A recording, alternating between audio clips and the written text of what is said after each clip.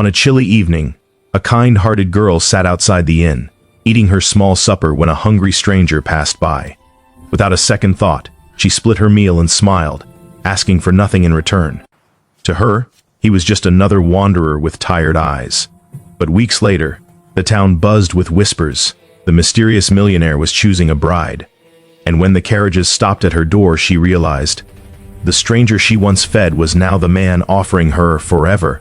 The sun was dying behind the hills when the door opened. Dust blew in first, fine and pale, coating the floorboards like flour. And then came the man. His boots dragged heavy across the threshold, each step slow and deliberate, as if the weight of the desert still clung to his shoulders.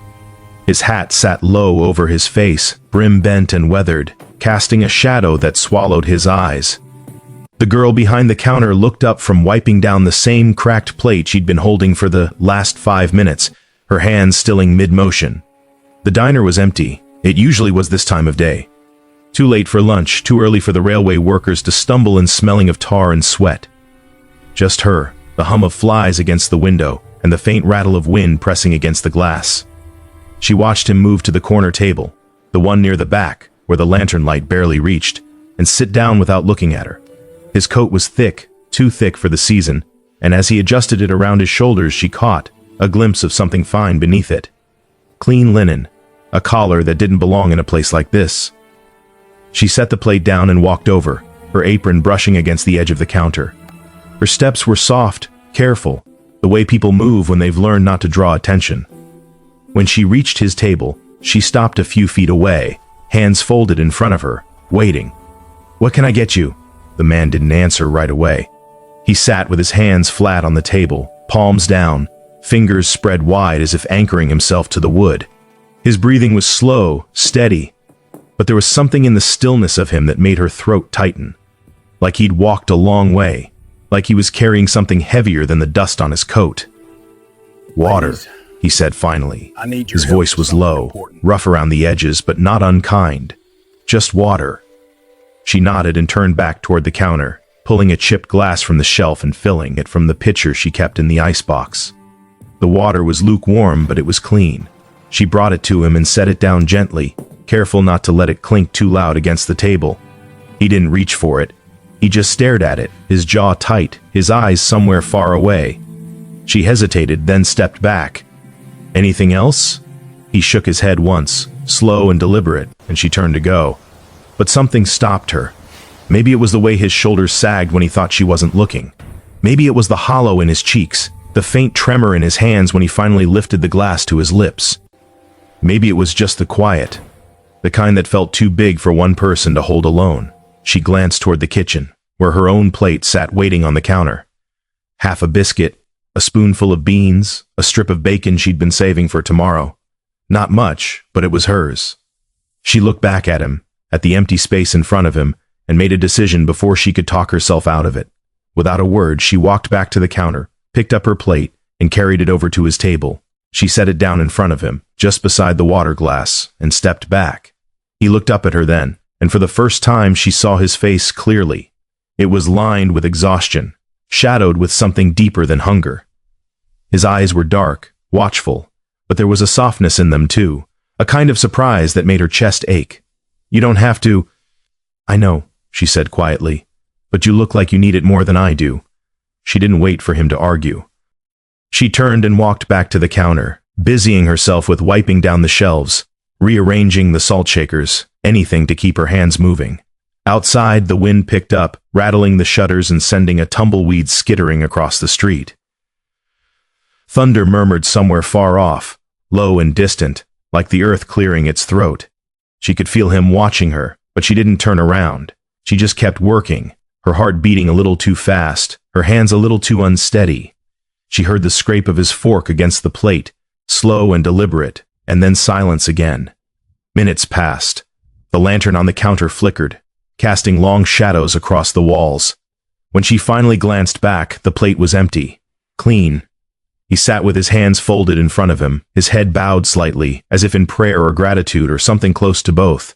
She wanted to say something, anything, but the words stuck in her throat. So she just stood there, watching him through the dim light, feeling the weight of the moment settle between them like dust after a storm.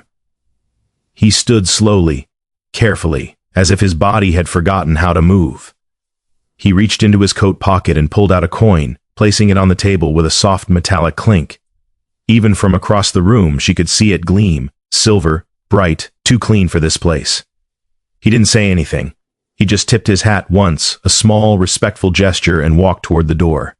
She wanted to call after him, to ask his name, where he'd come from, where he was going. But the words wouldn't come. She just watched as he pushed the door open, letting in a gust of wind and dust, and stepped out into the fading light. The door swung shut behind him with a soft creak, and then he was gone. She stood there for a long time, staring at the empty space where he'd been. The diner felt colder somehow, quieter, as if something had been taken from it, or maybe given. She didn't know. Finally, she walked over to the table and picked up the coin. It was heavier than she expected, solid and real in her palm. She turned it over, studying it in the lantern light. No markings she recognized, no inscription, just smooth, polished silver that caught the light like water. She closed her fingers around it and pressed it to her chest, feeling the coolness of it against her skin. Outside, the thunder grew louder, closer, and the first drops of rain began to tap against the window. She turned and walked back to the counter, setting the coin down beside the cash box. It sat there, gleaming softly, a small brightness in the dim room. She didn't know why, but she felt something shift inside her, a strange, quiet hope that she couldn't name, like the world had just whispered a secret she wasn't supposed to hear. The next morning, the coin was still there. She half expected it to be gone when she woke, vanished like a dream or a trick of the light. But it sat exactly where she'd left it, catching the first rays of dawn as they spilled through the window. She picked it up, turning it over in her hands, running her thumb along the smooth edge. It felt real, solid, permanent. She slipped it into her apron pocket and went about her morning routine, sweeping the floors, wiping down the tables, lighting the stove. The same tasks she did every day, in the same order, with the same worn-out broom and the same cracked dishes. But something felt different. The air, maybe, or the light. She couldn't quite put her finger on it. By mid-morning, the first customers started trickling in. Old Mr. Hayes, who always ordered coffee and nothing else. Mrs. Denton, who complained about the eggs no matter how she cooked them. The railway foreman, who paid in exact change and never said thank you. She served them all with the same quiet efficiency, her hands steady, her smile small and practiced, but she could feel their eyes on her. Lingering a little too long, glancing at each other when they thought she wasn't looking, whispering behind their hands as she walked past. By noon, she understood why. "Heard you fed a drifter last night," Mr. Hayes said, his voice loud enough to carry across the diner. He didn't look at her when he said it, just stared into his coffee cup, his mouth twisted into something that wasn't quite a smile. "That true?" She paused, her hand hovering over the coffee pot. "He was hungry. Lot of folks are hungry," Mrs. Denton chimed in, her voice sharp and thin. "Don't see you giving away free meals to them."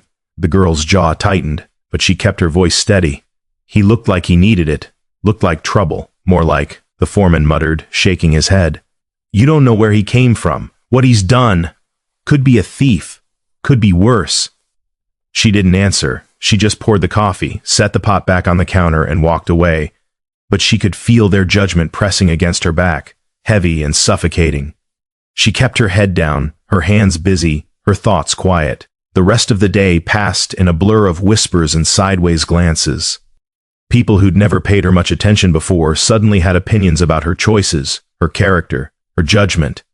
The girl who fed a drifter, the girl who invited trouble, the girl who didn't know better. By the time the sun started to sink again, she was exhausted, not from the work but from the weight of all those eyes. She closed the diner early, locking the door and pulling the shades down over the windows. She stood in the middle of the empty room, the silence pressing in around her, and let herself breathe.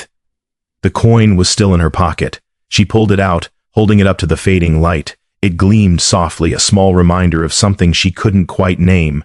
Kindness, maybe, or hope, or just the simple truth that sometimes doing the right thing costs more than you expect.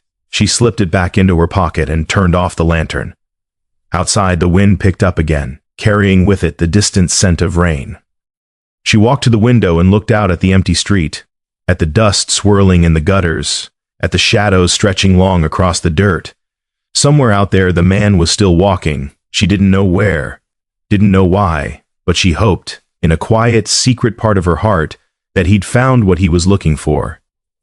And as the first stars began to appear overhead, she whispered a prayer she didn't know she still remembered. For him, for herself, for the strange, fragile thing that had passed between them in the flickering lantern light. Outside, the desert held its breath, waiting. The sun rose pale and uncertain, like it wasn't sure it wanted to wake the town at all. She stood at the counter, hands wrapped around a cup of coffee that had gone cold an hour ago, staring at the silver coin she'd placed beside the cash box. It hadn't moved, hadn't vanished, hadn't turned to dust like she half expected it to. In the gray morning light, it looked almost ordinary, just metal, just weight, but she knew better. She could feel the town's attention on it already, even through the locked door, even through the drawn shades. The whispers had started before dawn. She'd heard them when she walked to the well to fetch water, voices hushing as she passed, then rising again the moment her back was turned. She'd seen it in the way Mrs. Brennan clutched her shawl tighter and hurried across the street to avoid her, in the way the blacksmith's son stared at her from the doorway of his father's shop, his eyes narrow and calculating. The girl who fed a stranger, the girl who gave away what wasn't hers to give, the girl who didn't understand how things worked in a town like this. She picked up the coin, turned it over slowly. No inscription, no mark, just smooth silver that caught the light wrong, made it bend and shimmer in ways that felt almost deliberate. She wondered, not for the first time, if she should have refused it, left it on the table, pretended it never existed. But she hadn't, and now it sat in her palm like a question she didn't know how to answer. The knock on the door came sharp and sudden, 3 hard raps that made her jump. She set down the coin and walked to the window, pulling back the shade just enough to see who it was. Sheriff Callahan stood on the other side, his hat low, his expression unreadable. Behind him, the street was already filling with the morning crowd, workers heading to the railway, women carrying baskets to the market, children kicking up dust as they ran. She unlocked the door and opened it just wide enough to stand in the gap. "Sheriff, morning, Miss Clara." He didn't smile, didn't tip his hat, just looked at her with the same flat, assessing gaze he used when breaking up fights or questioning drifters. "Got a minute?" She stepped back and let him in, closing the door behind him. He stood in the center of the room, hands resting on his belt, eyes scanning the empty tables, the clean floor, the coin sitting on the counter. His gaze lingered on it for a moment too long. "Heard you had a visitor last night." She walked back to the counter, putting space between them. "Man came in for water, that's all." "That's so?" Callahan tilted his head slightly, his voice deceptively mild. "Funny thing is, nobody saw him come into town.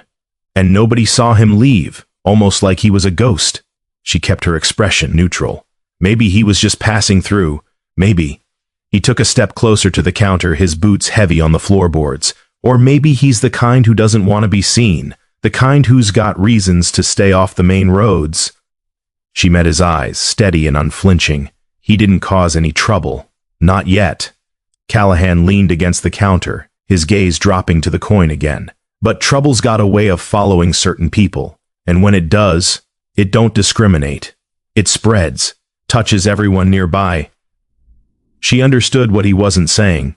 This wasn't just about a stranger, it was about her, about the line she'd crossed by showing kindness to someone who didn't belong, about the risk she'd taken that might come back to haunt not just her, but the whole town.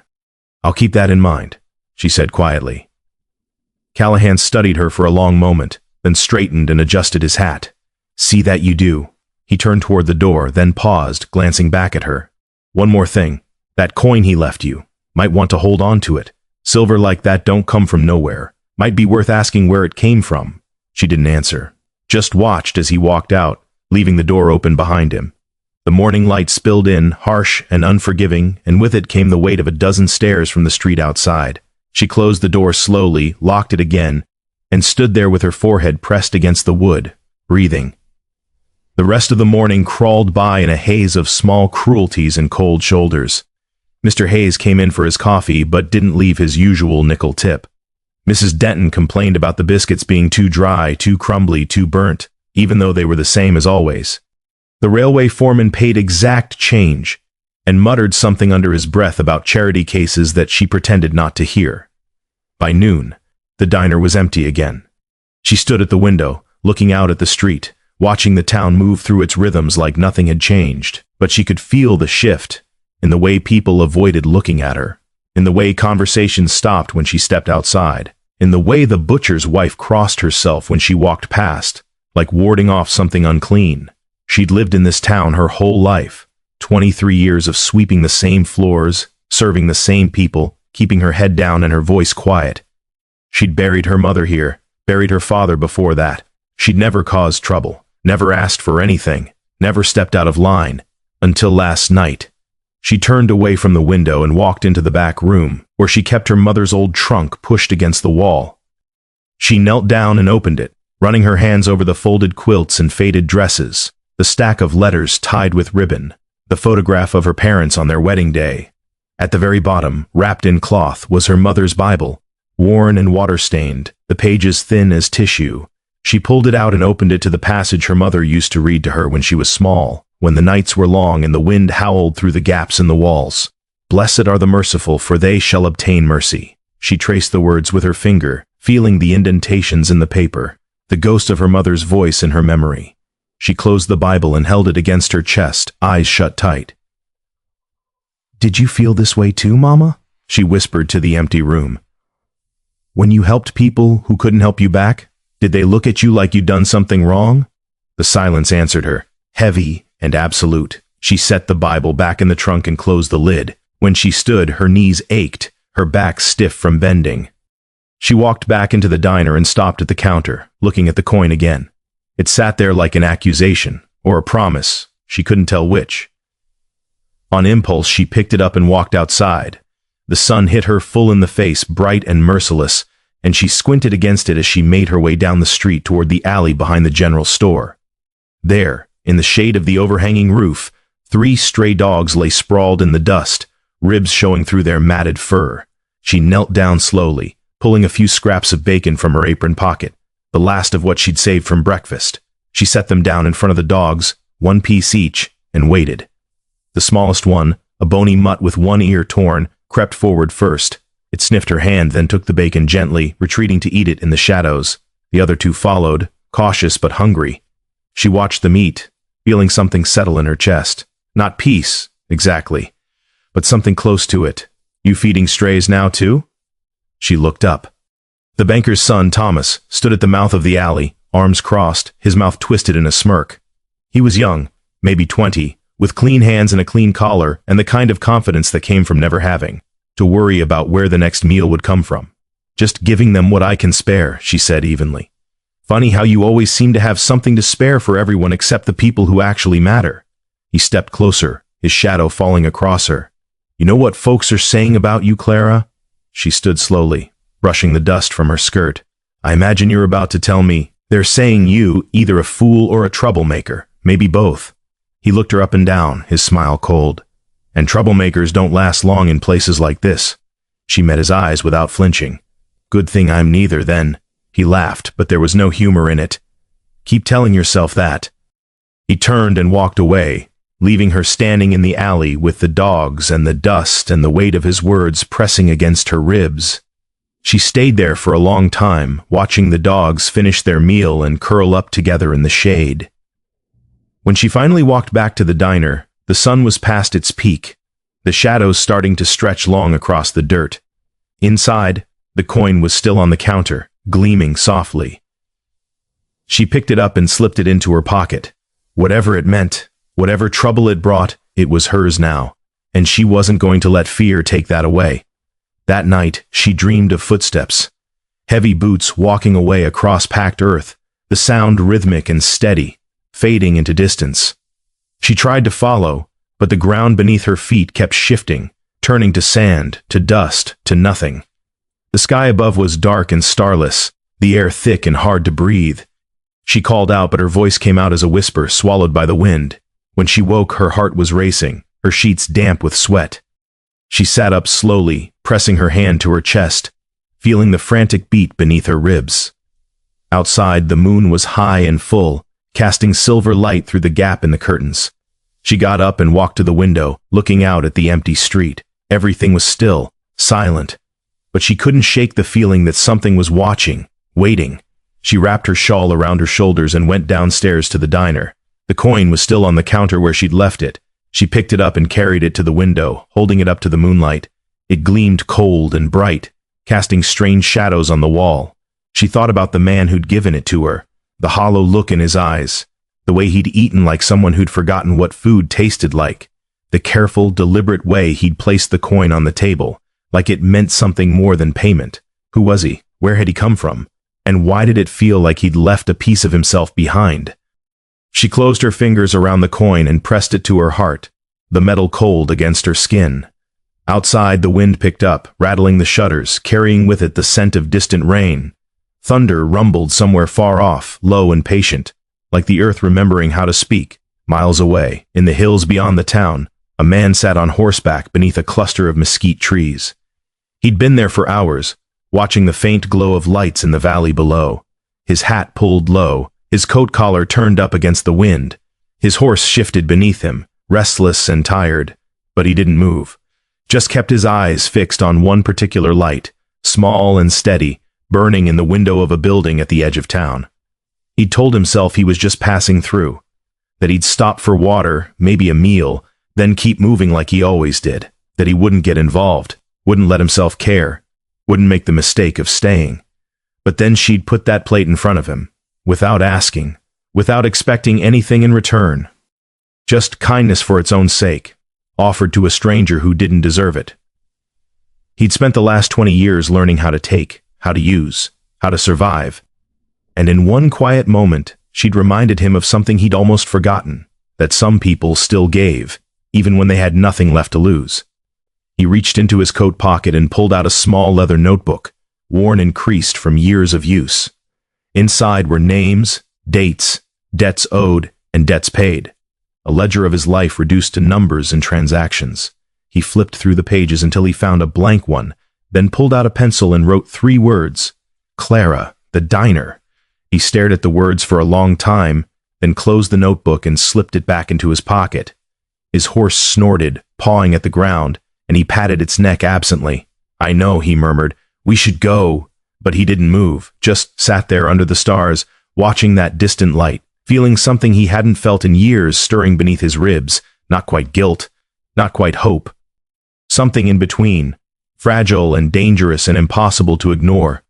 Below, in the town, the light flickered once, then held steady, and the man made a decision he knew he'd regret. He turned his horse and started down the hill, toward the valley, toward the town, toward the girl who'd shared her meal with a stranger. The desert wind followed him, carrying with it the promise of rain. The first drops fell just before dawn, so soft at first that she thought she was imagining them. Clara stood in the doorway of the diner, one hand braced against the frame, watching the sky lighten from black to gray to something almost silver.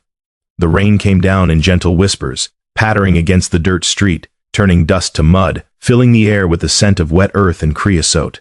She closed her eyes and breathed it in, feeling something tight in her chest begin to loosen. It had been 7 months since the last rain, 7 months of dust storms and dried wells, of crops withering in the fields and livestock dying in the heat.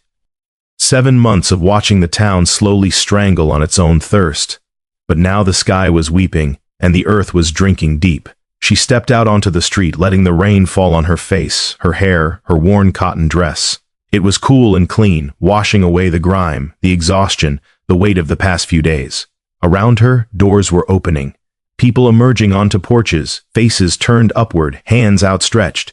Children laughing and splashing through puddles that were already forming in the ruts. Old Mrs. Brennan crying quietly on her porch steps, clutching a photograph of her husband who died during the drought. For a moment, the town forgot to judge her. For a moment, they were all just grateful to be alive.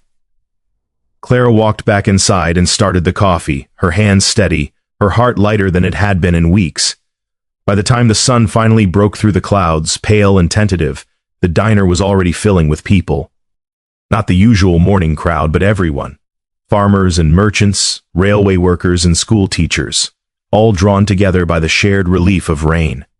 She moved between tables, pouring coffee, serving biscuits and gravy, listening to the conversations rising and falling around her like music.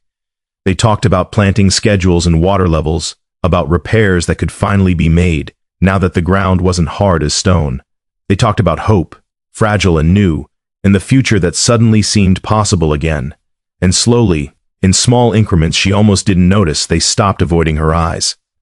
Mr. Hayes left a nickel tip. Mrs. Denton said the biscuits were the best she'd had in months. The railway foreman asked how her roof was holding up in the rain, his voice gruff but genuine. Small gestures, small mercies, but she felt each one like warmth spreading through cold hands. By mid-morning, the diner was so full she could barely move between tables. She was refilling coffee cups near the window when she heard the murmur of voices shift, saw heads turning toward the door. She looked up and felt her breath catch. The man from 3 nights ago stood in the doorway, his hat in his hands, rain dripping from his coat. But he looked different now, cleaner.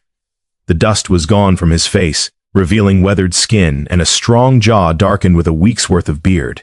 His eyes were the same though, dark and watchful, carrying that same weight she'd seen before. He scanned the room slowly, and when his gaze found hers, he went still. She felt something flutter in her chest, fragile as a moth's wing. Then the moment broke, and he stepped inside, nodding politely to the people nearest the door. He moved to the counter, away from the crowded tables, and sat down on the same stool Mr. Hayes usually occupied. Clara set down the coffee pot and walked over, her heart beating too fast, her hands suddenly unsure. "Morning, morning, miss." His voice was quieter than she remembered, rougher around the edges. Up close, she could see the exhaustion in the lines around his eyes, the tension in his shoulders. "Coffee, if you have it." "Of course." She poured him a cup, her hands steady despite the tremor running through her. "Anything else?" He hesitated, then nodded. "Whatever you're serving, I can pay. I know you can." She met his eyes, and something unspoken passed between them, acknowledgement maybe, or understanding. "But you don't have to prove it." His mouth twitched, almost a smile. "Feels like I do." She wanted to ask him where he'd been, why he'd come back, what his name was. But the diner was full of ears and eyes, and she'd already given them enough to whisper about. So she just nodded and went to fix him a plate. When she brought it back, eggs, bacon, biscuits with butter and honey, he looked at it like it was something sacred. "Thank you. You're welcome." She turned to go, but his voice stopped her. "Miss, your fence out back. Noticed it's leaning pretty bad. If you need help fixing it, I'm handy with repairs." She glanced back at him, surprised. "You don't have to. I know." He looked at her steadily, his expression open and honest in a way that made her chest ache. "But I'd like to, if you'll let me." Behind her, she could feel the attention of the room shifting, people listening even as they pretended not to. She should say no. Should keep that distance between them, protect herself from more gossip, more judgment. But when she looked at him, at the quiet earnestness in his face, she found herself nodding instead. "All right." After the lunch rush, something eased in his expression, a softness entering his eyes. "I'll be there." He was true to his word. When the last customer left and she locked the door behind them, she found him already in the back alley, examining the fence with the focused attention of someone who actually knew what he was doing. He'd shed his coat and rolled up his sleeves, revealing strong forearms marked with old scars and new calluses. "It's worse than I thought," he said, not looking up. "Whole post is rotted through. Needs to be replaced, not just propped up." Clara crossed her arms, leaning against the doorframe. "I don't have money for new lumber. Don't need it." He straightened, wiping his hands on his pants. "There's scrap wood behind the old railway station. Been sitting there for months. Nobody's using it." He paused, meeting her eyes. "If you trust me to pick through it, I can have this fixed by sundown." She studied him for a long moment. "Why are you doing this?" "Because it needs doing." He said it simply, like it was the most obvious thing in the world. "And because you helped me when you didn't have to, I gave you half a meal. You gave me more than that." His voice was quiet, but there was an intensity in it that made her look away. "You gave me something I'd forgotten how to ask for." She didn't know what to say to that, so she just nodded and went back inside, leaving him to his work. Over the next few hours she moved through the diner, cleaning tables and sweeping floors, but her attention kept drifting to the sounds outside. The rhythmic strike of hammer on nail, the scrape of wood being dragged across dirt, the low, tuneless humming he did while he worked. It was oddly comforting having someone else there, having the space filled with purposeful noise instead of empty silence. By late afternoon, she brought him water and found the fence already standing straight and solid, new posts gleaming pale in the fading light. He was crouched beside it, testing the rails with his hands, making sure everything was secure. "It'll hold now," he said, accepting the water gratefully. He drank deep, his throat working, then wiped his mouth with the back of his hand. "Should last you a few good years at least." Clara walked over and ran her hand along the smooth wood, feeling the strength of it, the care he'd put into every joint and nail. "It's beautiful work. It's just a fence." But she could hear the quiet pride in his voice, see it in the way he looked at what he'd built. "It's more than that." She turned to face him. "I don't even know your name." He was quiet for a moment, his expression shifting, something guarded entering his eyes. Then he seemed to make a decision. "Holt. Most folks call me Holt." "Holt," she repeated, testing the weight of it. "I'm Clara. I know." At her surprised look, he ducked his head, almost sheepish. "Heard folks talking in the diner. Wasn't trying to eavesdrop." She smiled despite herself. "Well, Mr. Holt, thank you for the fence and for—" She gestured vaguely, not quite sure how to finish. "Just Holt is fine." He picked up his coat and shrugged it on, his movements slow and careful. "And you don't need to thank me. Like I said, it needed doing." He started to walk away, but she found herself speaking before she could stop herself. "Will you come back? Tomorrow, I mean. For breakfast?" He paused, his back to her, and she could see the tension in his shoulders. "You sure about that? Folks are already talking. Let them talk." She said it with more confidence than she felt. "You've earned a hot meal. More than one, actually." He turned slowly, and the look on his face was something complicated. Gratitude and reluctance and something deeper that she couldn't quite name. "All right then, tomorrow." She watched him walk away down the alley, his boots splashing through puddles, his silhouette growing smaller against the darkening sky. When he disappeared around the corner, she let out a breath she didn't know she'd been holding. He came back the next morning, and the morning after that. It became a quiet routine, so gradual she barely noticed it forming. He'd arrive just after dawn, before the first customers, and she'd have coffee waiting. He'd eat slowly, methodically, like someone savoring each bite. Then he'd pay, always exact change, never a penny more or less, and ask if there was anything that needed fixing. And there was always something. A loose floorboard, a sticky window, a door hinge that squeaked. Things she'd learned to live with, work around, ignore. But he noticed them all, and he fixed them without being asked, his hands steady and sure. The town watched. Of course they did. But as the days passed and the rain kept falling, their whispers shifted from suspicion to something closer to curiosity. Who was this stranger who'd appeared with the rain? Where did he come from? What did he want? Clara didn't know the answers, didn't ask. She was content with the quiet companionship, the way he moved through her space with careful respect, never taking more than was offered, never expecting more than she could give. Sometimes, while he worked, she'd catch herself watching him, the concentration on his face, the precise, economical way he moved, the gentleness in his hands when he tested a repair, making sure it would hold. There was something almost meditative about it, like he was atoning for something through the simple act of making broken things whole. One afternoon, about a week after the rain started, he was replacing a cracked pane in the front window when he cut his hand on the glass.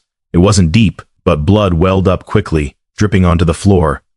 He hissed softly and stepped back, wrapping his hand in his handkerchief. "Let me see."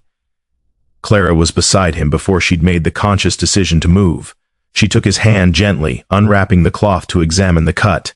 It ran across his palm just below the thumb. "You need to clean this properly. It's nothing. It's not nothing." She met his eyes firm. "Come on." She led him to the back room, sat him down on the stool by the wash basin, and carefully cleaned the wound with soap and water. He sat perfectly still, watching her face as she worked, his breathing slow and steady. When she wrapped his hand in clean bandaging, her fingers lingered for just a moment on his skin. "There." Her voice came out softer than she intended.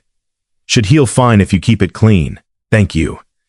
He was looking at her in that way again, like she was something he was trying to understand, a puzzle with pieces that didn't quite fit the frame he'd built for the world. "You're good at taking care of people. She pulled her hands back, suddenly aware of how close they were sitting. Had practice. My mother was sick for a long time before she passed. I learned, I'm sorry, don't be. She stood and wiped her hands on her apron. She taught me a lot. How to see what people need before they ask for it. How to give without counting the cost. She paused. How to recognize kindness when it walks through the door, even if it looks like something else. He stood slowly, his bandaged hand hanging carefully at his side. She sounds like she was a wise woman. She was. Clara turned away, busying herself with putting away the medical supplies. She would have liked you, I think. Would have said you have good hands. Hands that build instead of break. There was a long silence. When she glanced back, he was looking at his hands like he'd never seen them before, his expression unreadable. Then he cleared his throat and reached into his pocket, pulling out exact change for his breakfast. I should finish that window before the sun sets. She wanted to say something more, to ask about the shadow that had just passed across his face, the sudden distance in his eyes. But he was already moving toward the door, and she let him go. That night, as she lay in bed listening to the rain drum against the roof, she thought about his hands, the scars on his knuckles, the calluses on his palms, the careful, deliberate way he touched everything, like he was afraid of breaking it. She wondered what those hands had done before they came here, what they'd built, what they'd broken, what they were trying to repair. She wondered if he'd ever had someone bandage his wounds before, if he'd ever let anyone close enough to see him bleed. Outside, the rain fell steady and sure, washing the dust from the streets, filling the dry creek beds, bringing the valley back to life. In the morning, there would be green shoots in the fields, wildflowers pushing up through the mud, the whole world remaking itself, one small mercy at a time. She closed her eyes and let the sound of the rain carry her toward sleep, feeling something unfamiliar stirring in her chest. Not quite happiness, not yet, but something close to it. Something like the first warm day after a long winter, fragile and new and worth protecting. And in the darkness, she smiled. 2 days later, she was wiping down tables when she heard him laugh. It was such an unexpected sound that she nearly dropped the rag. She looked over and saw him crouched by the back door, a stray dog sitting in front of him, the same bony mutt with the torn ear that she'd fed in the alley. The dog had something in its mouth, a stick or a bone, and was refusing to drop it. Holt was trying to trade it for a scrap of bacon, his voice low and coaxing, his mouth curved in a genuine smile. Clara walked over slowly, not wanting to break the moment. I see you've met Charlie. He glanced up at her, still smiling. Charlie? That's what I call him. Don't know if it's his real name, but he answers to it sometimes. She knelt down beside Holt, and the dog's tail started wagging. He's a stubborn one, can see that. Holt held out the bacon again, patient and calm. Come on, boy, fair trade. The dog considered for a long moment, then dropped the stick and gently took the bacon from Holt's hand. He retreated a few steps and ate it quickly, then came back and sat down again, looking at them expectantly. He likes you, Clara said softly. Feelings mutual. Holt reached out and scratched behind the dog's good ear, his touch gentle. Always had a soft spot for strays. She looked at him, at the softness in his face, the ease in his posture. You should come by tonight, after I close.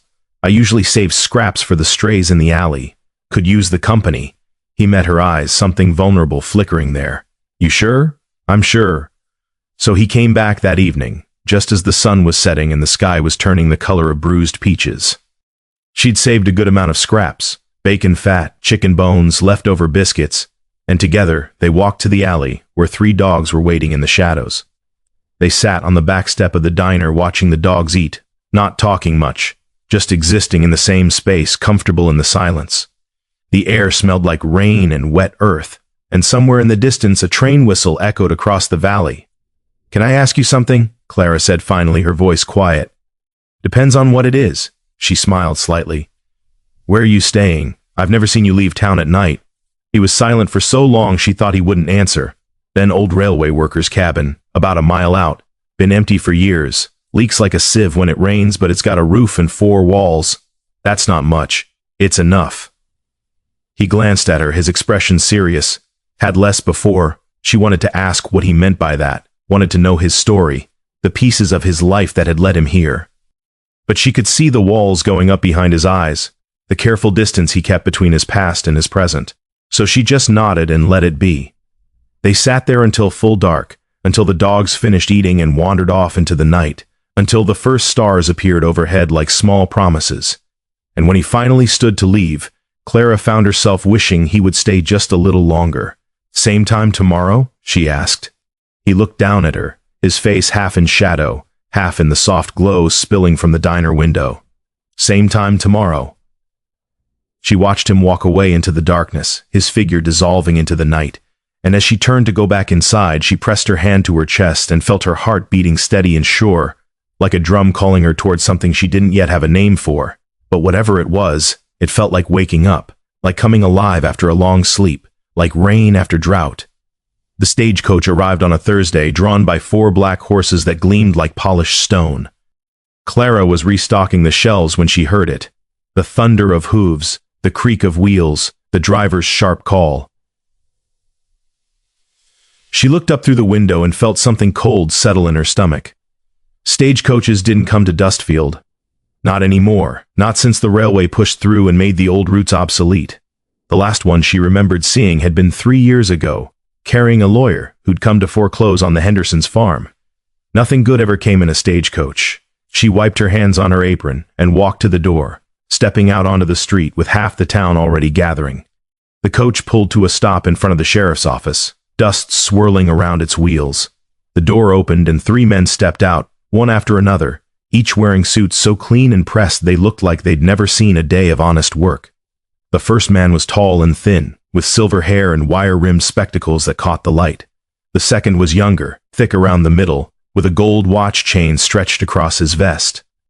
The third was somewhere in between, his face hard and calculating, his eyes scanning the crowd like he was taking inventory. Sheriff Callahan emerged from his office, his expression carefully neutral. "Gentlemen, wasn't expecting visitors." "We're looking for someone," the tall man said, his voice smooth and practiced. "Goes by the name of Holt, Samuel Holt. Been informed he might be in the area." Clara's breath caught. Samuel. She'd never known his first name, he'd never offered it. "Lot of folks pass through here," Callahan said carefully. "What's your business with this man?" The tall man smiled, but it didn't reach his eyes. "Private business, family matters. But I can assure you, Sheriff, we have every legal right to find him." He pulled a folded paper from his coat pocket and handed it over. "Documentation, if you require it." Callahan unfolded the paper, read it slowly, his jaw tightening. When he looked up, his expression had shifted. Not quite surprise, but something close to it. Recognition, maybe, or concern. "He's here," someone called out. Clara turned and saw Mrs. Denton pointing down the street, her face eager with the promise of drama. "That's him right there." Clara followed her gaze and felt her heart drop. Holt was walking toward them from the direction of the old railway station, a bag of nails in one hand, his hat pulled low against the afternoon sun. He moved with that same easy, unhurried pace she'd come to recognize, his shoulders relaxed, his face calm. But as he drew closer and saw the stagecoach, the men in their fine suits, the crowd gathering like vultures, he went very still. The bag of nails slipped from his hand and hit the dirt with a soft metallic rattle. "Samuel!" The tall man's voice rang out clear and cold. "Been a long time."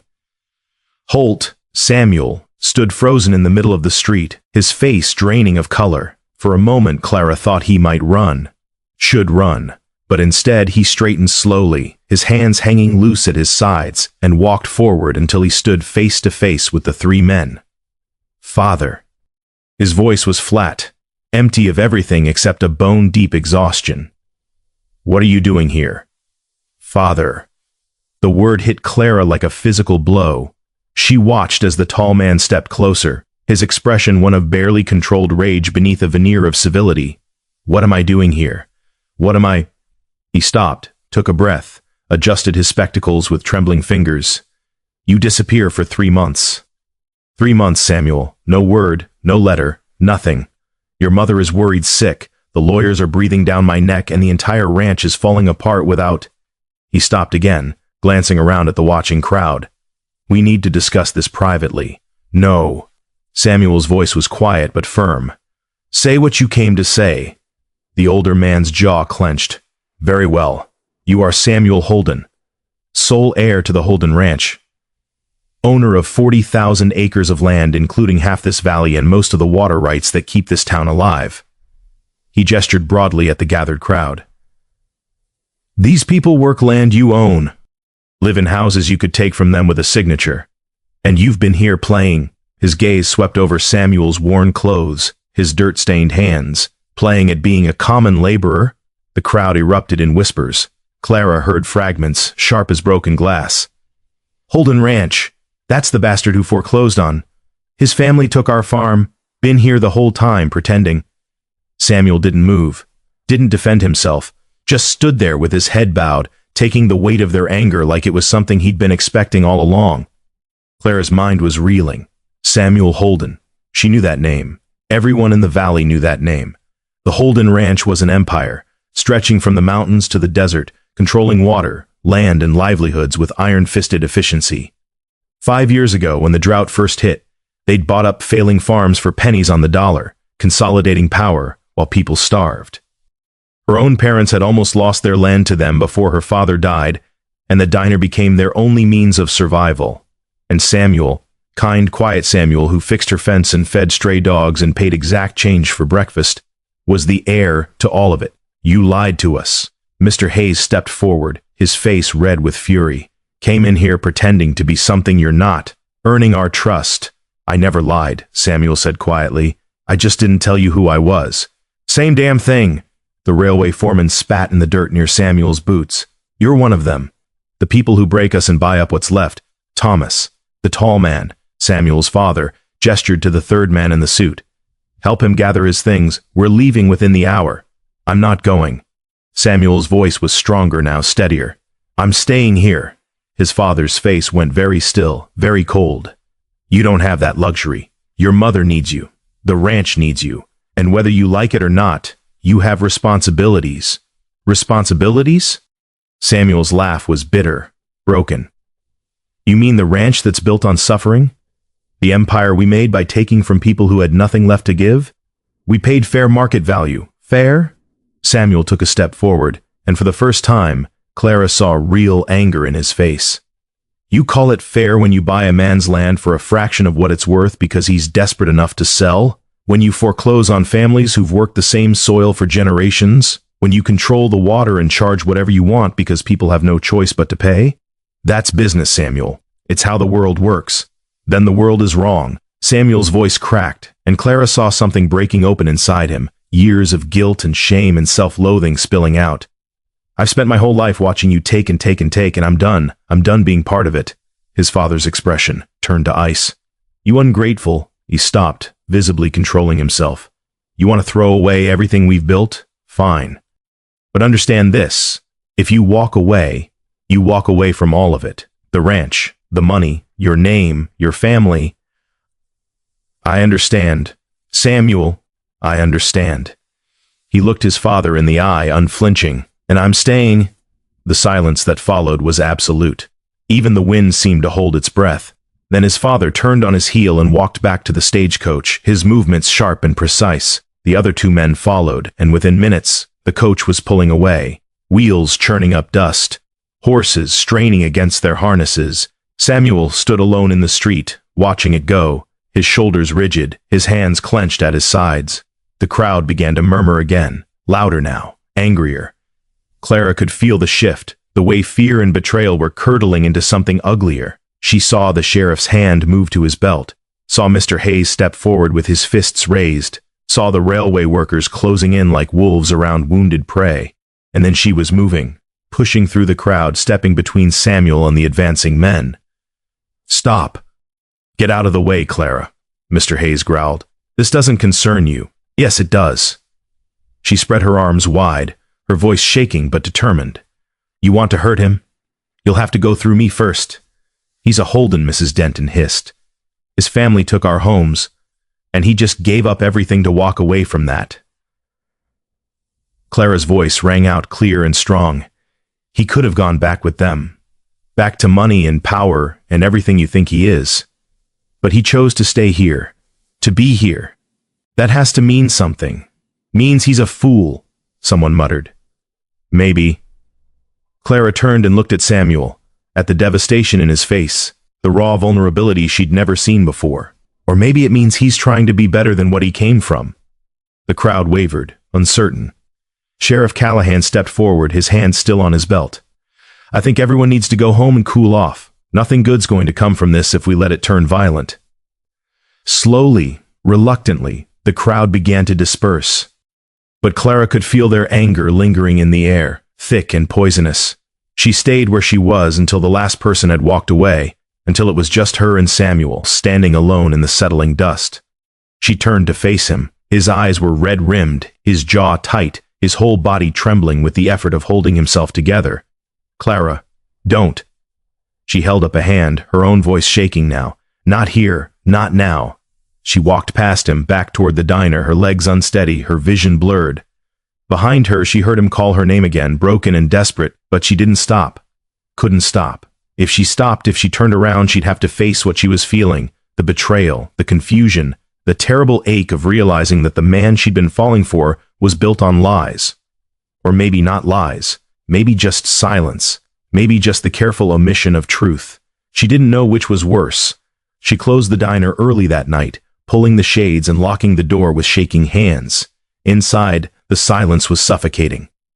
She moved through the space like a ghost, touching the fence he'd fixed, the window he'd repaired, the floorboards he'd replaced. Every surface held the memory of his hands, his quiet competence, his gentle presence. Samuel Holden, not just a stranger, not just a drifter passing through, but the heir to an empire built on the suffering of people like her. She pressed her palms flat against the counter and closed her eyes, trying to make sense of it. He'd never asked for anything, never acted entitled or superior. He'd worked hard, paid his way, treated everyone with respect. If she hadn't known who he was, she would have said he was one of the most decent men she'd ever met. But she did know now, and that knowledge changed everything. She thought about his hands when she'd bandaged them, the scars and calluses that spoke of hard work, of labor that didn't match his background. She thought about the way he'd looked at the fence when he finished it, proud, satisfied, like he'd accomplished something meaningful. She thought about how he'd laughed with the stray dog, how he'd sat with her in the quiet evening watching the world turn gentle around them. Which version was real, the heir who ran from his responsibilities, or the laborer who found purpose in fixing broken things? Maybe both, maybe neither. Maybe he was just a man trying to figure out who he wanted to be. A knock on the door made her jump. She looked up and saw him standing outside, his hat in his hands, his face pressed close to the glass. The lantern light caught his features, highlighting the exhaustion, the grief, the desperate hope that she might let him in. She should turn away, should blow out the lantern and pretend she didn't see him, should protect herself from whatever pain was coming. But she'd never been good at turning away from people who needed help. She walked to the door and unlocked it, pulling it open just wide enough to stand in the gap. "What do you want?" To explain. His voice was raw, scraped clean of everything except honesty. "Please, Clara, just let me explain." She wanted to say no, wanted to close the door in his face and lock out the confusion, the hurt, the terrible vulnerability of caring about someone who'd kept so much hidden. But when she looked at him, really looked at him, she saw the same man who'd shared her meal that first night, the same hunger, the same hollowness, just seeking something he couldn't name.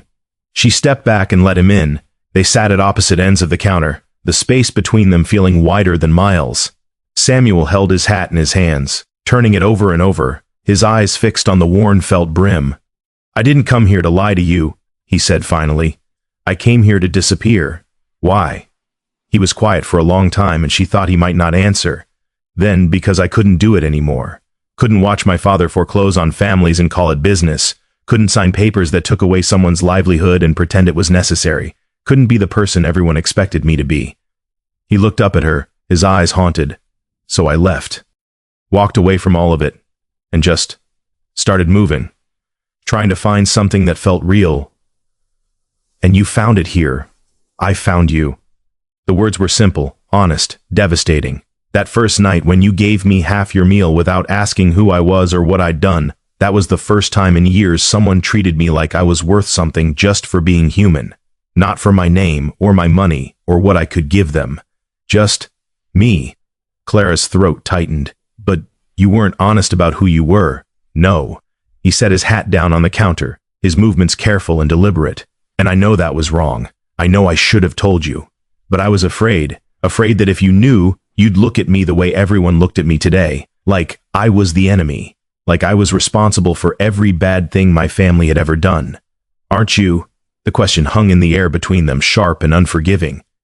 Samuel flinched but didn't look away. Yes, he said quietly. I benefited from it. Lived off money earned through other people's suffering. Sat at tables loaded with food bought with wages we paid too little, land we took too cheaply. His voice broke. I'm guilty, Clara, maybe not of swinging the hammer but of holding it while someone else did, and I have to live with that. She studied him, this man who'd come into her life like rain after drought, who'd fixed her broken things and fed her stray dogs and made her remember what it felt like to not be alone. Is that why you stayed? To atone? Maybe at first. He met her eyes, and she saw something raw and true there. But then it became about more than that. It became about learning how to use my hands for something other than signing away people's lives. About finding out who I could be if I wasn't my father's son. He paused. About being near someone who made me want to be better. The words settled into her chest, warm and painful all at once. You lied to me, she said, and her voice wavered despite her best efforts. Or at least, you let me believe something that wasn't true. I know, and now everyone knows who you are. What your family did. They're never going to trust you, never going to see you as anything except the Holden heir. I know that too. So what are you going to do? He was silent for a long moment, his gaze drifting to the window, to the darkness pressing against the glass. I'm going to prove them wrong, he said finally. However long it takes, whatever it costs. I'm going to prove that I'm not my father, that I'm not my name. He looked back at her. And I'm going to start by making things right. How? A small, sad smile touched his lips. I don't know yet, but I'll figure it out. He stood slowly, picking up his hat. I'm sorry, Clara, for not being honest, for putting you in the middle of this, his voice caught, for making you defend me when I didn't deserve it. He walked toward the door and Clara felt something twist in her chest. She should let him go, should protect herself from whatever storm was coming. But her mother's voice echoed in her memory. Blessed are the merciful, for they shall obtain mercy. Samuel. He stopped, his hand on the door handle, but didn't turn around. If you're serious about making things right, she said quietly, I'll help you. Not because I trust you, not yet, but because I saw who you were before I knew your name, and I think that person is worth saving. His shoulders shook, just once, and when he turned to look at her, his eyes were wet. Thank you, he whispered. Then he walked out into the night, leaving her alone with the lantern light and the weight of a decision she wasn't sure was wise. But it was made, and she would see it through.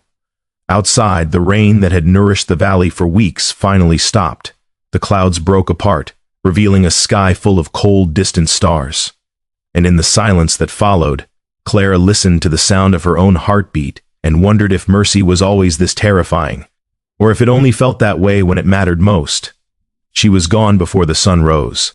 Clara moved through the diner in the pre-dawn darkness, her hands working from memory, folding the dish towels, setting the chairs on tables, banking the fire in the stove. Everything neat, everything in order, everything ready for someone else to take over, though she didn't know who that would be. Her bag sat by the door, small and worn, holding everything she owned that mattered. A change of clothes, her mother's Bible, the photograph of her parents, a few dollars she'd saved, folded carefully in cloth, and at the very bottom, wrapped in paper, the silver coin he'd given her that first night. She'd tried to leave it behind, told herself it would be easier to walk away if she didn't carry any piece of him with her. But when she'd reached for the doorknob, her hand had moved on its own, reaching back, tucking the coin into the bag like a secret she wasn't ready to give up. The eastern sky was just beginning to pale when she stepped outside and locked the door behind her. The air was cool and clean, washed fresh by weeks of rain, and the town was still sleeping, windows dark, streets empty, everything hushed and holding its breath. She'd left a note on the counter, weighted down with the cash box key. Simple, direct. Going to find work elsewhere. Diner is closed until further notice. No explanations, no apologies, no forwarding address. She hitched her bag higher on her shoulder and started walking, her boots making soft prints in the damp earth. West, toward the mountains, toward farms and ranches that might need help with harvest, kitchens that might need an extra pair of hands. Away from the whispers and the judgment and the terrible, confusing ache of looking at Samuel Holden and not knowing whether to see the man who fixed her fence or the heir to an empire built on suffering. Behind her, the diner grew smaller and smaller until it was just another shadow in a town full of them. She didn't look back. Samuel woke to the sound of hammering and realized, slowly, that it was coming from inside his own skull. He sat up carefully, pressing his palms against his temples, trying to piece together the previous night. The saloon, whiskey that burned going down, the railway workers who'd bought him drinks just so they could watch him suffer through their questions, their accusations, their barely concealed contempt. He'd answered all of it honestly, taken every verbal blow without defending himself, because what defense did he have? He was guilty of everything they accused him of and more.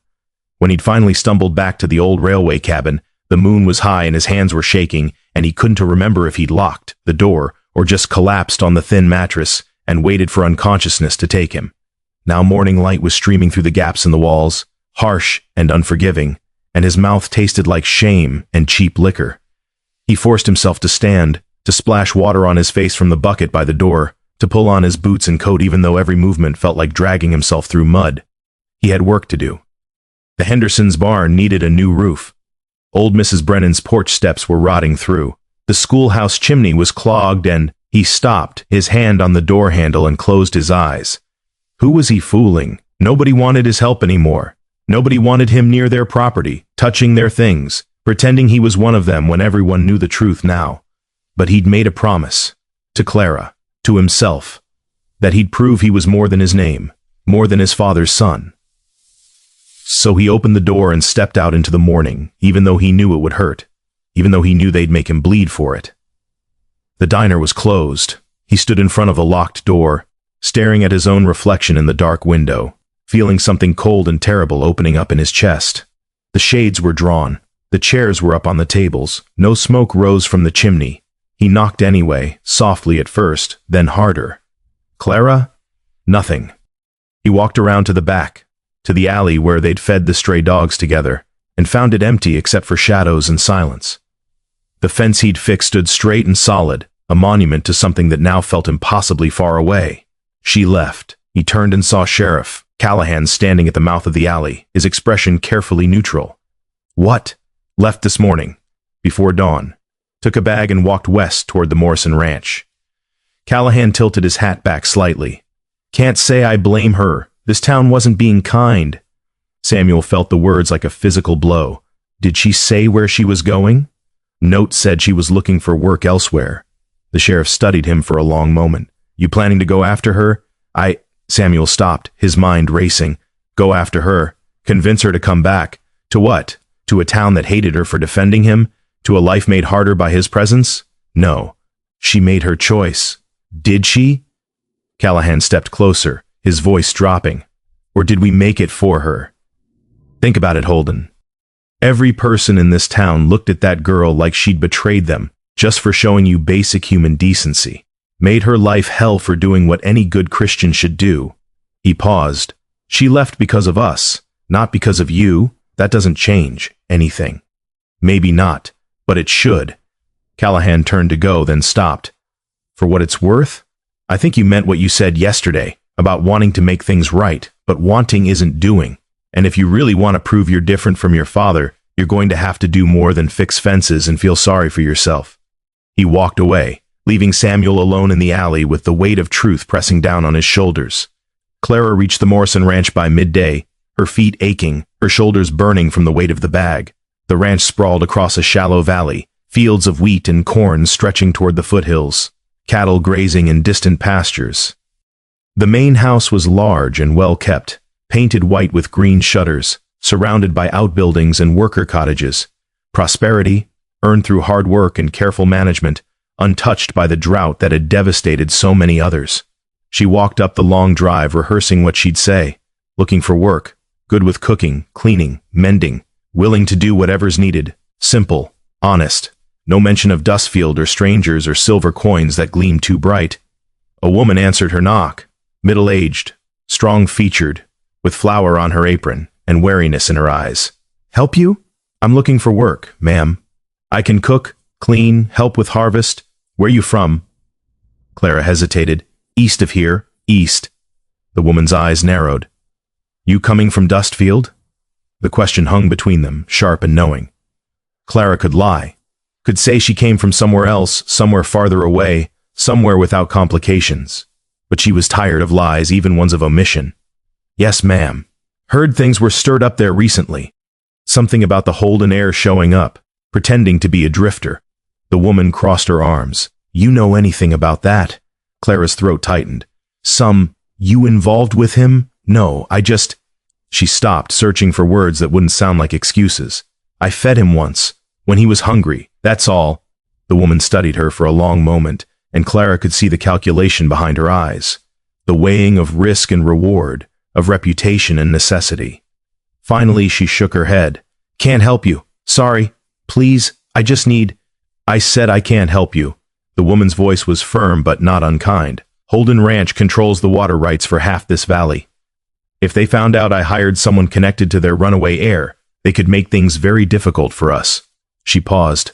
I'm sorry, truly, but I can't take that risk. The door closed softly, and Clara stood there on the porch, feeling the last of her hope drain away. She walked back down the drive, her legs heavy, her vision blurring with tears she refused to let fall. At the main road, she stopped and looked west, toward the mountains, toward the unknown. Then she looked east, back toward Dustfield, toward everything she'd left behind. Neither direction felt like home anymore. She chose west, because going back would mean admitting defeat, because going back would mean facing him again, and she wasn't ready for that, because moving forward, even into uncertainty, felt better than standing still. So she walked, one foot in front of the other, 1 mile bleeding into the next. 3 days later, she found work at the Blackwood farm. It wasn't much. A small operation run by a widow and her 2 grown sons, barely scraping by after losing their father to pneumonia the previous winter. They needed someone to cook for the harvest crew, mend clothes, help with the endless small tasks that kept a farm running. The pay was minimal, the work exhausting, but they didn't ask questions about where she came from or why she'd left. They just needed help, and she needed somewhere to disappear. Mrs. Blackwood gave her a small room in the back of the house, barely more than a closet, with a narrow bed and a window that looked out over the fields.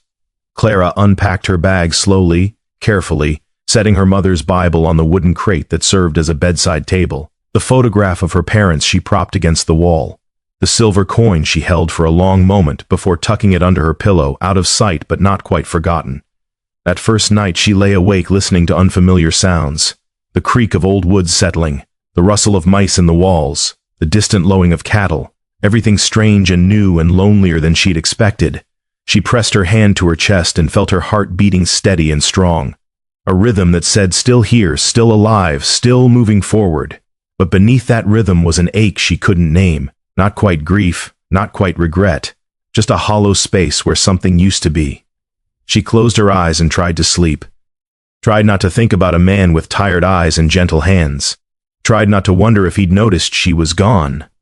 Tried not to imagine him standing in front of her locked diner, calling her name into silence. Tried, and failed. Samuel sold his coat on the 4th day. It was fine wool, tailored, worth more than most people in Dustfield earned in a month. He took it to the general store and asked what they'd give him for it. The owner, a man named Patterson who'd lost his farm to Holden Ranch 6 years ago, looked at the coat like it was covered in blood. Why would I want anything that belongs to you? Because you can sell it for twice what you pay me, Samuel said quietly. And because the money's not for me. Patterson's eyes narrowed. What's that supposed to mean? Samuel pulled a folded paper from his pocket. A list he'd been working on for days, written in careful, precise handwriting. Names, amounts, debts his family had called in, farms they'd foreclosed on, water rights they'd seized, pages and pages of suffering reduced to numbers. These are people my family hurt, he said. I'm going to pay them back. Every penny they lost plus interest. It won't undo what was done, but it's a start. Patterson stared at the list, then at Samuel, then back at the list. You're serious? Yes. And you think selling one coat is going to make a dent in this? No. Samuel met his eyes steadily. But it's what I have, so it's what I'm giving. Patterson was quiet for a long time, his expression unreadable. Then he took the coat, examined it briefly, and pulled $20 from the cash box. "This is half what it's worth." "That's fine. You're a fool, Holden." "I know." Samuel took the money and turned to leave, then paused at the door. "When you sell it, keep the profit. Consider it part of what my family owes you." He walked out before Patterson could respond, the money heavy in his pocket, the list heavier in his heart. Over the next 2 weeks, Samuel dismantled his life piece by piece. He sold his horse to a farmer whose mare had died during the drought. Sold his watch to pay back wages to a railway worker whose father had been cheated on a land deal. Sold everything he owned except the clothes on his back and the old railway cabin that didn't belong to him anyway. He worked when he could find work, mucking stalls, hauling lumber, digging irrigation ditches. Hard labor that left him exhausted and aching, but there was something clean about it, something honest. His hands developed new calluses. His back grew stronger. His face darkened from sun and wind, and endless days of proving himself through sweat and silence. The town watched him with suspicious eyes. Some thought it was an act, a performance designed to win back their trust before he revealed his true nature. Others thought he was genuinely trying but was too damaged, too steeped in privilege, to ever really change. A few, a very few, began to soften, offering him work without demanding he grovel first, paying him fairly, treating him like a man instead of a symbol. But every night, when he returned to the cabin and collapsed on the thin mattress, he thought about Clara, wondered where she was, if she was safe, if she ever thought about him, if she hated him for complicating her life, or if she understood that he'd never meant to hurt her. He pulled out his worn notebook and added to the list of names the accounting of his family's sins, and at the very top, in letters darker and more deliberate than the rest, he wrote, Clara. The diner. Kindness given without price. Debt immeasurable. He didn't know how to repay that one, didn't know if it was even possible, but he'd find a way, even if it took the rest of his life. Clara learned to stop counting days. She worked from before dawn until after dark, her hands rough and chapped from washing clothes in cold water, kneading dough, scrubbing floors until they shone. Mrs. Blackwood was fair but demanding, expecting excellence from everyone under her roof. The two sons were polite but distant, treating her like hired help rather than a person, which suited Clara fine. She didn't want connection, didn't want questions, just wanted to work until she was too exhausted to think. But at night, alone in her small room, the thoughts came anyway. She'd pull out her mother's Bible and read the familiar passages, searching for comfort or wisdom or just distraction. Sometimes she'd take out the photograph of her parents and study their faces, trying to remember what her mother's voice sounded like, what her father's laugh felt like rumbling through his chest when he held her. And sometimes, more often than she wanted to admit, she'd reach under her pillow and pull out the silver coin, turning it over in her hands, feeling its weight, its smoothness, its stubborn refusal to tarnish or fade. She thought about the man who'd given it to her. Not Samuel Holden, heir to an empire, but the man who'd sat at her corner table with dust on his coat and emptiness in his eyes. The man who'd eaten her food like it was salvation. The man who'd looked at her with such naked gratitude that it had made her chest ache. Which one was real? Or were they both real, two halves of the same broken whole?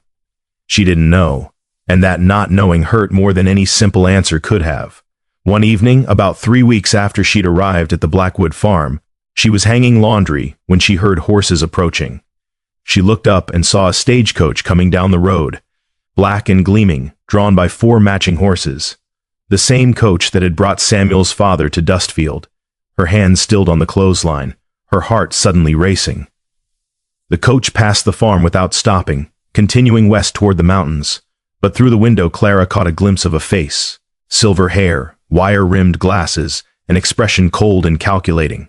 Samuel's father, still searching, still hunting. She stood there long after the coach had disappeared, the wet sheet hanging forgotten in her hands, and felt something shift inside her.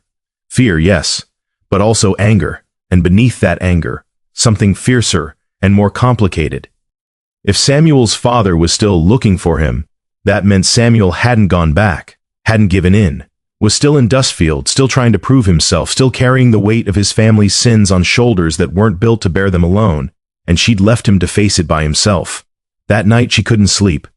She lay in the narrow bed, staring at the ceiling, listening to the house creak and settle around her. Outside, an owl called, low and mournful. The moon rose high and bright, painting silver squares on the floor. She reached under her pillow and pulled out the coin one more time, holding it up to the moonlight. It gleamed softly, a small brightness in the darkness, and she thought about what her mother used to say. Blessed are the merciful, for they shall obtain mercy. Mercy. She'd shown it to Samuel once, when he was a stranger. Could she show it again, now that she knew who he was? Now that she understood the cost of standing beside him? She didn't know. But as dawn began to pale the eastern sky, she made a decision. She would go back. Not because she'd forgiven him, not because she trusted him, but because mercy, like kindness, wasn't something you gave only when it was easy. It was something you gave, especially when it was hard. She rose before the sun, packed her bag in silence, and left a note for Mrs. Blackwood weighted down with the wages she'd earned. Thank you for the work. I have to go home. And then she started walking, east, toward Dustfield, toward answers or ruin or whatever waited at the end of a road she'd tried to walk away from. Behind her, the mountains watched. Ahead, the sun rose like a promise, and in her pocket, the silver coin pressed warm against her hip, leading her back toward the man who'd given it to her. One step at a time, 1 mile at a time, following footprints that had already been washed away by rain, but that her heart remembered anyway. The smoke was visible from 3 miles out, a dark column rising against the dawn sky like a finger pointing toward judgment. Clara stopped on the ridge overlooking the valley, her hand shading her eyes, her heart suddenly hammering against her ribs. The smoke was too thick to be a cook fire, too sustained to be an accident. It rose from somewhere beyond Dustfield, from the direction of the foothills where the big ranches sprawled across the landscape like empires. Where Holden Ranch sat overlooking everything it owned. She started running. Her bag bounced against her hip, her boots sliding on loose gravel as she half ran, half stumbled down the slope. Her lungs burned, her legs ached. But she couldn't stop, couldn't slow down, couldn't shake the terrible certainty growing in her chest that whatever was burning, Samuel was at the center of it. By the time she reached the outskirts of Dustfield, the sun was fully up, and the town was gathered in the street, faces turned toward the smoke, voices rising in speculation and shock. She pushed through the crowd, searching for a familiar face, and found Sheriff Callahan standing on the steps of his office, his expression grim. "What's burning?" She gasped, breathless. He looked at her, surprise flickering across his features. "Clara, thought you'd left." "I came back. What's burning?" He hesitated, then gestured toward the smoke. "Holden Mansion. Been going since before dawn.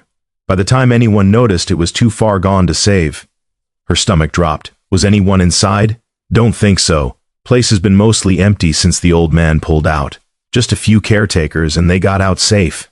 He paused, studying her face. But Samuel was there, saw him riding toward it about an hour before the fire started. Clara's blood went cold. "Where is he now?" "Don't know. Ain't seen him since." She didn't wait for more. She pushed back through the crowd and started running again, this time toward the road that led to Holden Ranch.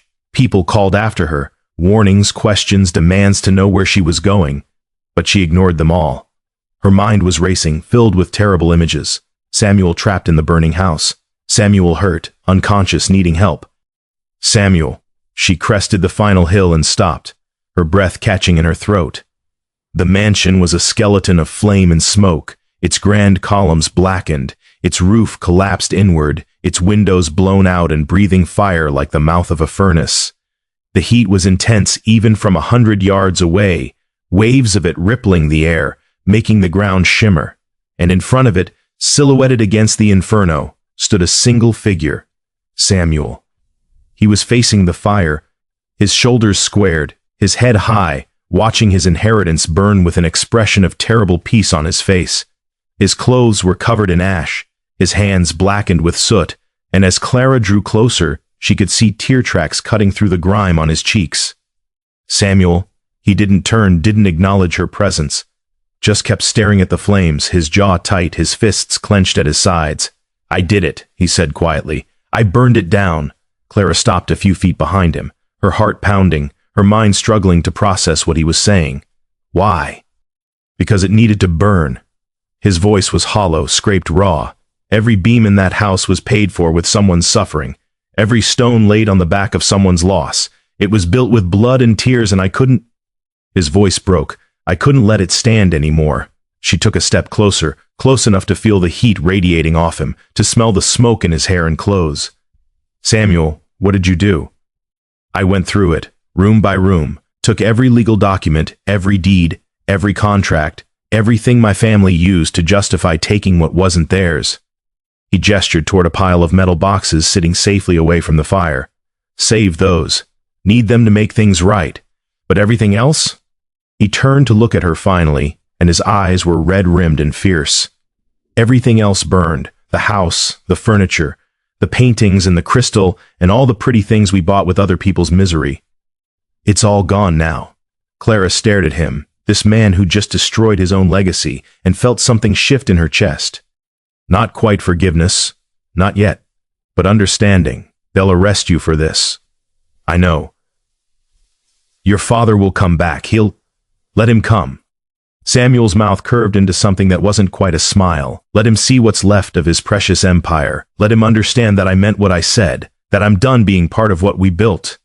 A beam collapsed inside the mansion, sending up a shower of sparks that danced against the morning sky like dying stars. Samuel watched them rise and fade, his expression distant, haunted. You came back. Yes. Why? Clara wrapped her arms around herself, suddenly cold despite the heat pouring off the burning building. Because I saw your father's coach on the road, and I realized that if he was still looking for you, you must still be here, still fighting. She paused, searching for words, still trying to be better than what you came from. He was quiet for a long moment, his gaze fixed on the flames. I sold everything, the horse, the watch, my coat, everything I owned. Started paying back the people my family hurt. He pulled the worn notebook from his pocket and held it up.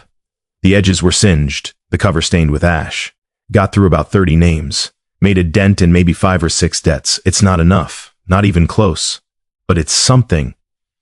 Clara took the notebook carefully, opening it to see page after page of names, amounts, careful notations. Her parents' names were there, near the middle. Martin and Sarah Fletcher.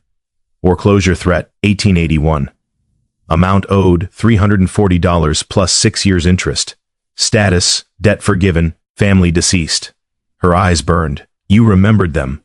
I remember all of them. His voice was rough, breaking. Every single person my family destroyed. I carry them with me. And I'll keep carrying them until I've made it right. She closed the notebook and handed it back to him. This will take years. I know. You'll be poor, hated. People will think you're insane. I know that too. He finally looked at her fully. His face streaked with ash and tears, his eyes holding a desperate, fragile hope. But I have to do it, Clara. I have to at least try. Even if it kills me, even if I fail, I have to try. Behind them, the sound of horses approached. Clara turned and saw Sheriff Callahan riding up with 3 deputies, their faces grim. The sheriff dismounted slowly, his hand resting on his belt, his eyes moving from Samuel to the burning mansion and back again. Samuel Holden, he said formally. Need you to come with me. Samuel nodded, already moving toward them, his hands held loosely at his sides. I understand. Wait. Clara stepped forward, placing herself between Samuel and the sheriff. What are the charges? Arson.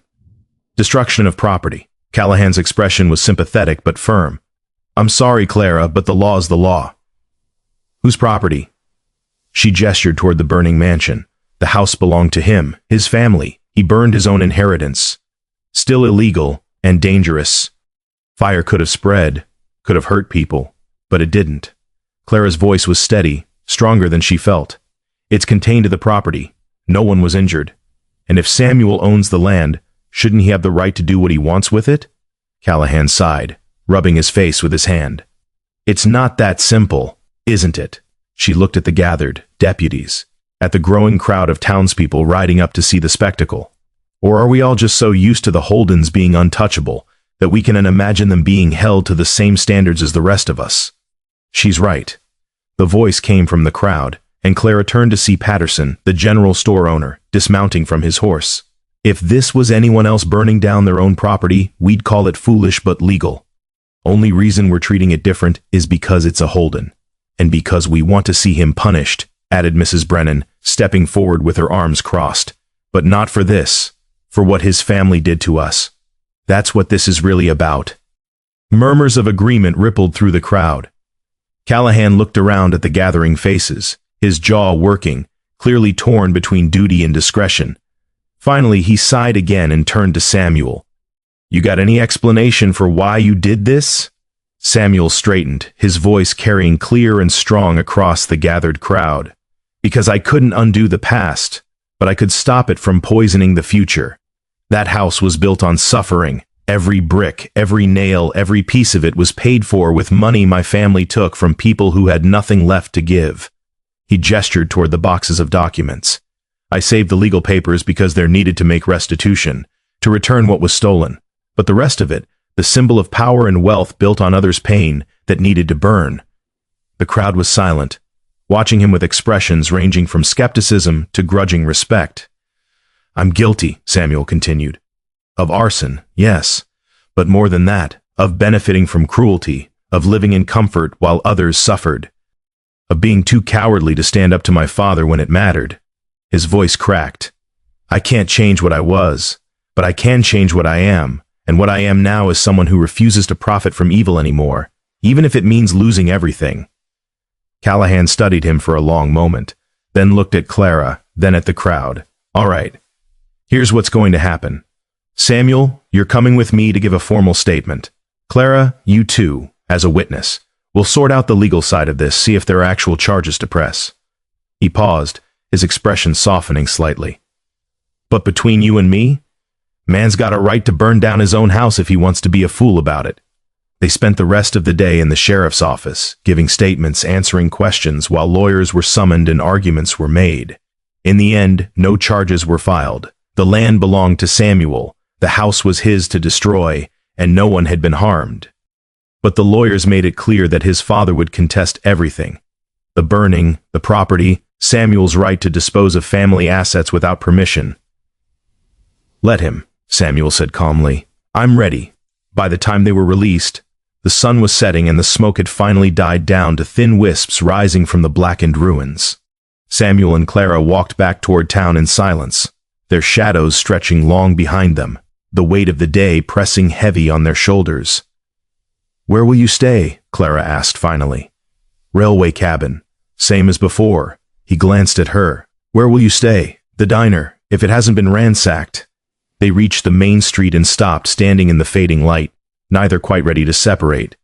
The town was quieter now, people having returned to their homes, their suppers, their ordinary lives. But Clara could feel the change in the air, subtle but undeniable. The way people had looked at Samuel today, not with hatred, but with something closer to cautious respect. The way they'd listened to him speak, not as the Holden heir, but as a man who'd sacrificed everything for principle. "Thank you," Samuel said quietly, "for coming back, for standing with me. I didn't do it for you." Clara met his eyes, honest and unflinching. "I did it because it was right. Because mercy isn't something you only give when it's convenient." He smiled slightly, sadly. "Your mother taught you well." "She did." Clara reached into her pocket and pulled out the silver coin, holding it up in the fading light. It gleamed softly, catching the last rays of sun. "I kept this. Even when I left. Even when I was angry and confused and didn't know if I could trust you. I kept it." Samuel looked at the coin, then at her, something raw and vulnerable in his expression. "Why?" "Because it reminded me that sometimes people are more than their worst parts. That sometimes they're struggling to find their best parts, even when the world makes it hard." She pressed the coin into his palm, closing his fingers around it. "You gave this to me when you had nothing else to give, when you were just a hungry man who needed kindness. Take it back. Remember who you were that night, and keep being him." His hand tightened around the coin, his eyes bright with unshed tears. "I don't know if I can." "Yes, you can." She said it with quiet certainty. "You already are." Clara reopened the diner the next morning. She arrived before dawn, unlocking the door to find everything exactly as she'd left it. The chairs on tables, the cash box key weighted down with her note, the shelves neatly organized. She moved through the familiar space with practiced efficiency, lighting the stove, starting the coffee, mixing biscuit dough. The same tasks she'd done 1,000 times before, but somehow they felt different now, heavier, more meaningful. By the time the sun rose, she was ready, and when the first customer knocked, Mr. Hayes hesitant and uncertain, she opened the door with a smile. "Morning. Coffee?" He nodded, stepping inside carefully like he wasn't sure he was welcome. "Heard you came back." "I did. Heard you stood up for Holden. At the fire." She poured his coffee, steady and calm. "I stood up for what was right. There's a difference." Hayes was quiet for a moment, then nodded slowly. "Yeah, I suppose there is." He took a sip, his expression softening. "Mr. Coffee." Others came throughout the morning. Some curious, some genuinely glad to see her back, some still suspicious but willing to give her another chance.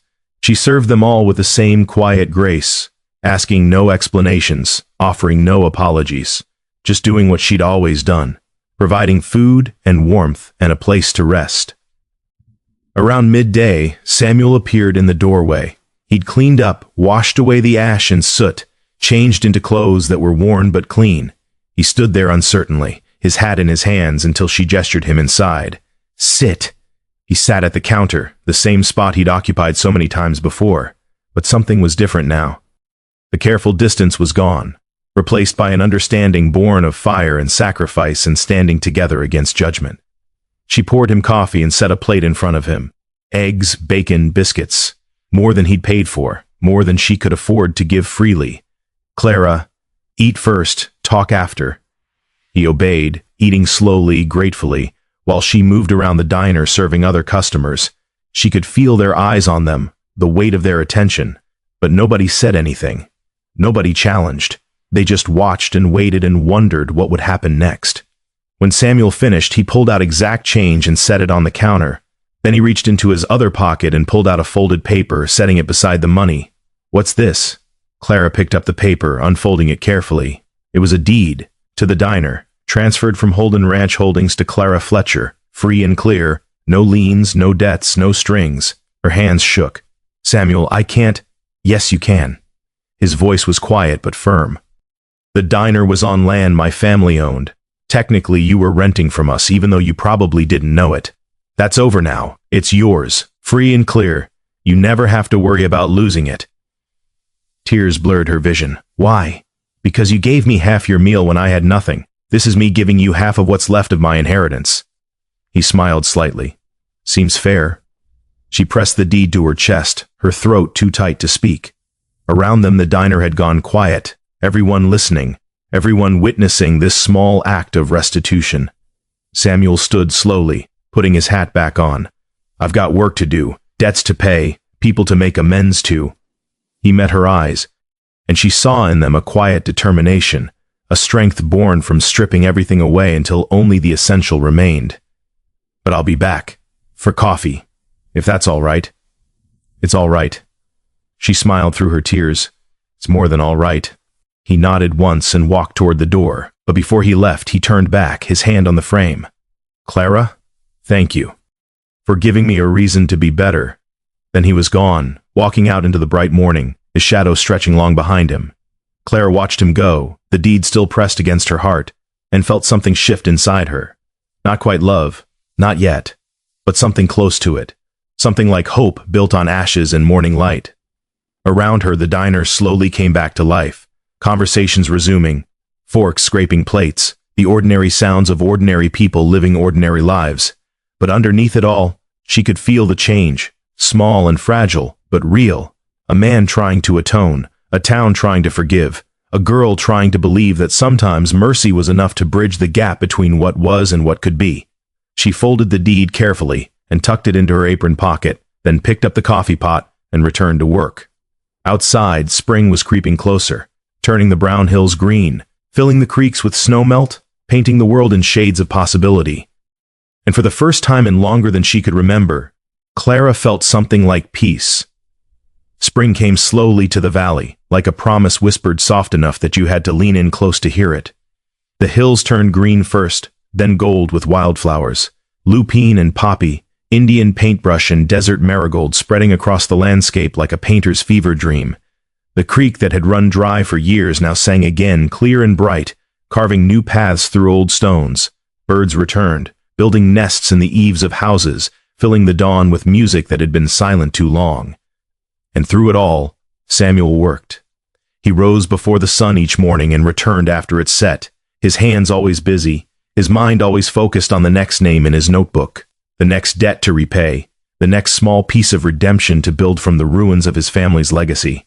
He repaired Mrs. Brennan's roof and refused payment, told her to consider it partial repayment for the farm his family had taken from her husband. He rebuilt the Hendersons' barn, working alongside their sons, and when they tried to pay him, he showed them the notation in his book, Foreclosure, 1879. Amount owed with interest. They'd wept and called him foolish and thanked him anyway. Slowly, painfully, the list of names grew shorter. The notebook became more worn, its pages stained with sweat and dirt, and the occasional drop of blood when he pushed himself too hard. But he never stopped, never slowed, never allowed himself to rest until the day's work was done and the day's debt was paid. And every morning, before he started, he came to the diner for coffee. Clara learned the rhythm of him, the sound of his boots on the wooden steps just after dawn, the way he removed his hat before entering, a gesture of respect he never forgot. The quiet morning he offered, not expecting conversation, just acknowledging her presence. She'd pour his coffee, black, no sugar, and set it in front of him without a word. Sometimes he'd eat, sometimes he wouldn't. Sometimes they'd talk about the weather or the latest piece of work he'd completed. Sometimes they'd sit in comfortable silence while the world woke up around them. It wasn't courtship, not in any traditional sense. It was something slower, deeper, built on shared understanding and hard-won trust. A foundation laid one careful brick at a time, mortared with honesty instead of romance, with respect instead of passion. But somewhere in those quiet mornings, something began to grow. The town noticed, of course. Towns always noticed. She's softening toward him, Mrs. Denton observed one afternoon, loud enough for Clara to hear from the kitchen. Mark my words, by summer they'll be— Hush, Mr. Hayes interrupted, surprising everyone. If she is, it's her business. Man's proven himself, far as I'm concerned. Worked harder in 6 months than most do in 6 years. Still a Holden, someone muttered. Not anymore, Patterson said from his corner table. Legally gave up the name last month. Goes by Samuel Holt now. Just Holt. Had the papers drawn up and everything. Clara's hands stilled on the dish she was washing. She hadn't known that. Samuel Holt hadn't mentioned it. That evening, when he came by after work to check on a loose hinge she'd mentioned, she asked him about it. Is it true? You changed your name? He was crouched by the door, his toolbox open beside him, but he paused at her question. Yes. Why didn't you tell me? Didn't think it mattered. He returned to the hinge, his movements precise and careful. Changed it 6 weeks ago. Filed the paperwork myself. Samuel Holt. Clean break from everything that came before. But it's still part of who you are. Your history. My history is written in that notebook. He tightened the final screw and tested the door, watching it swing smooth and silent. The name Holden represents what my family built. What they took. I can't carry that anymore. He looked at her, his expression open and honest. I'm trying to be someone new, someone better. Figured that person deserved a new name. Clara was quiet for a moment, absorbing this. Who is Samuel Holt? He smiled slightly, a rare softness entering his features, still figuring that out. But I think he's someone who builds instead of breaks, someone who gives instead of takes. He paused, someone who's grateful every single day that a kind woman once shared her meal with a stranger. Her breath caught, warmth spreading through her chest. I think I'd like to know that person better. Yeah? His voice was careful, hopeful, like he was afraid to believe what he was hearing. Yeah. She smiled, and it felt like the easiest thing in the world. Stay for dinner? He did. And for the first time since that very first night, they shared a meal across her small table, not half and half, but together, passing dishes back and forth, their conversation flowing easy and natural. They talked about small things. The garden she wanted to plant behind the diner, the schoolhouse chimney that still needed work, the way the meadow near the old oak tree was blooming earlier than anyone remembered. And when he finally left, long after the sun had set and the stars had come out, he paused at the door and looked back at her. Clara, yes? Thank you. For giving me a chance when I didn't deserve one. You deserve it now. She said it with quiet certainty. You've earned it. He nodded, his throat working like there were words he wanted to say but couldn't quite form. Then he put on his hat and walked out into the night, and Clara watched him go with her hand pressed over her heart, feeling it beat strong and sure and hopeful. 2 weeks later, on a morning when the air smelled like rain and new grass, Holt didn't come for coffee. Clara tried not to worry, tried to tell herself he was just busy, caught up in some project running late, but as the morning stretched into afternoon with no sign of him, anxiety began to knot in her stomach. Sheriff Callahan came in around noon, his expression troubled. "Seen Holt today?" "No." "Why? What's wrong?" "His father's back. Showed up this morning with lawyers and federal marshals. They're at the burnt-out mansion site, going through the legal documents Holt saved from the fire." Callahan removed his hat, turning it in his hands.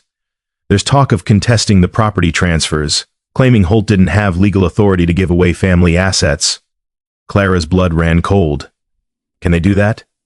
"Depends. It's complicated. But if they can prove Samuel was acting out of—" he hesitated, choosing his words carefully, "out of mental instability or emotional distress, they might be able to reverse some of the transfers, including the diner.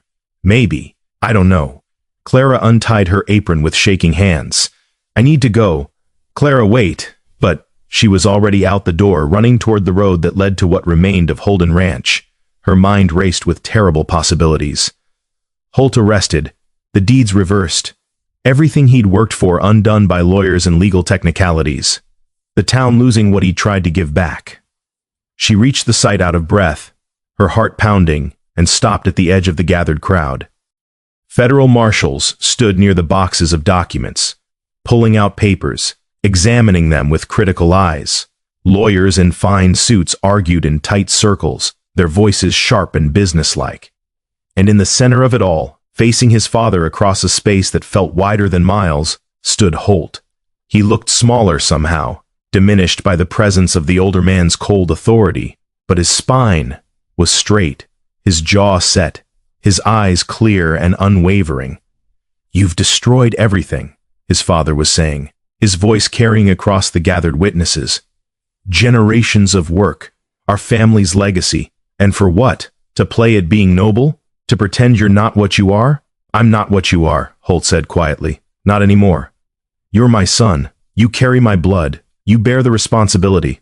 I bear the responsibility of making amends for what we did." Holt's voice grew stronger. "And I've spent the last 6 months doing exactly that. Every deed I transferred was done legally, witnessed, recorded. Every debt I repaid was documented. You can contest it all you want, but the law is the law." One of the lawyers stepped forward, clearing his throat. "Actually, Mr. Holden, the elder Mr. Holden, has a point. The property transfers were made without proper consultation with other family stakeholders. Your mother, for instance, has rights to—" "My mother has rights to the land that remains," Holt interrupted. "The ranch itself, the acres that weren't transferred. I left her that. What I gave away was mine to give. My inheritance, my portion, determined by whom?" his father snapped. "You? You decided how to divide assets that belong to the entire family? I decided how to dispose of my share." "Yes." Holt pulled out his worn notebook, holding it up for everyone to see. "Every name in here is someone we hurt, someone we took from, someone we owe, and I'm going to keep paying those debts until there's nothing left to pay with. Then you'll die poor and broken, achieving nothing. Maybe." Holt's mouth curved in something that might have been a smile. "But I'll die clean." His father stared at him for a long moment, and Clara saw something shift in the old man's face. Not softness exactly, but perhaps recognition, the acknowledgement that his son had become someone he no longer controlled, no longer understood. "You really believe this absolves you?" he asked quietly. "That giving away money somehow erases what you are?" "No." Holt's voice was honest, raw. "Nothing erases what I was, what I benefited from. But it's a start. It's me saying I refuse to profit from cruelty anymore, even if that means having nothing." The elder Holden was silent for a long moment, his jaw working. Finally, he turned to his lawyers. "Let the transfers stand." They erupted in protest, but he silenced them with a raised hand. "My son has made his choice. Let him live with the consequences." He looked back at Holt, his expression unreadable. "When you've given everything away and you're starving in a ditch somewhere, don't come back. There won't be anything left for you." "I know." Holt met his father's eyes steadily. "I'm counting on it." The elder Holden turned and walked toward his coach, his lawyers scrambling to follow. The marshals, finding nothing illegal to prosecute, began packing up the documents and preparing to leave. And slowly the crowd began to disperse, murmuring amongst themselves, processing what they'd just witnessed. Clara pushed through the thinning crowd until she reached Holt. He was standing very still, watching his father's coach disappear down the road, his shoulders rigid, his hands clenched at his sides. "Holt!" He turned and saw her, and something in his expression crumbled. "You heard all that?" "Every word." She stepped closer, close enough to see the exhaustion in his face, the toll this confrontation had taken. "The transfers stand. The diner is still mine. For now." His voice was hollow. He could still find ways to contest it, could drag it through courts for years. Let him try. Clara reached out and took his hand, feeling the calluses, the strength, the tremor running through it. "You did what was right. That matters more than what he threatens." "Does it?" He looked down at their joined hands, his eyes suspiciously bright. "Sometimes I think I'm just making everything worse. That I should have stayed, gone, let them keep their empire, kept my mouth shut and my head down. No." She squeezed his hand firmly. "That's fear talking. That's the voice of someone who's been told his whole life that power matters more than principle. But you know better now. You've proven it." He was quiet for a long moment, his thumb moving absently over her knuckles. "I'm going to end up with nothing, Clara. No money, no property, no name worth anything. Just," he gestured vaguely at himself, "just this, just you," she corrected gently. "And that's enough." He looked at her then, really looked at her, and she saw the question in his eyes before he voiced it. Is it? Is it enough for you?" Her breath caught. This was the moment. The place where honesty became commitment, where understanding became choice. She thought about the months they'd spent building this fragile trust, the mornings sharing coffee, the evenings sitting in comfortable silence, the slow, careful way they'd learned each other's rhythms, each other's hearts. She thought about the man who'd walked into her diner 6 months ago, empty and lost and searching for something he couldn't name, and the man standing in front of her now, still scarred, still carrying guilt, but fighting every day to be better than what he came from. "Yes," she said simply. "It's enough." Something broke open in his expression, relief and gratitude, and something deeper flooding through. "Clara, I can't promise you comfort or security or any of the things you deserve. I don't need those things." She stepped closer, bringing their joined hands up between them. "I need honesty, respect, someone who sees me as an equal, someone who understands that mercy and kindness aren't weaknesses." She smiled softly. "I think I've found that."